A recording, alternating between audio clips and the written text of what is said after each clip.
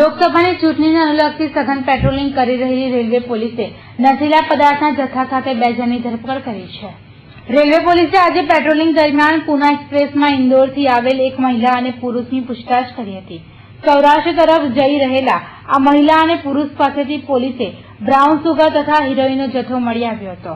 પોલીસે અંદાજે 7,47,000 ઉપરાના નશીલા પદાર્થનો જથ્થો જપ્ત કરી ઉજ્જૈનના સરદારસિંહ રાજપૂત તથા વિધવા રસીદા કુરેશીની ધરપકડ કરી કાયદેસરની કાર્યવાહી હાથ ધરી છે. આજે વડોદરા રેલવે પોલીસે બ્રાઉન સુગર, હિરોઈનના નશીલા પદાર્થની હેરાફેરીના મચમોટા રેકેટનો પર્દાફાશ કર્યો છે.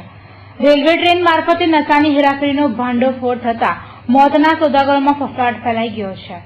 રેલવે પોલીસની તપાસમાં સમગ્ર નેટવર્ક પરથી પણ પડદો ઉચકાઈ શકે તેમ છે.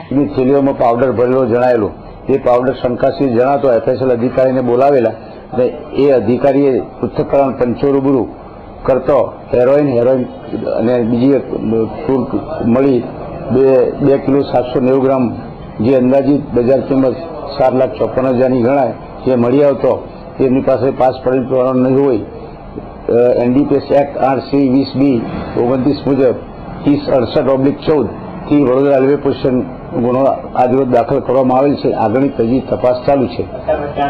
આ ઉપરોક્ત માણસો રતલામથી બંને બેઠેલા હતા, સ્ત્રી પુરુષ, અને વડોદરા સુધીની ટિકિટ હતી. એ આધારે વડોદરા યા બીજી જગ્યાએ માલ આપવાની શક્યતા નકારી શકાય નહીં. જે અંગેની વધુ ઊંડાણપૂર્વકની પૂછપરછ હાલ ચાલુ છે.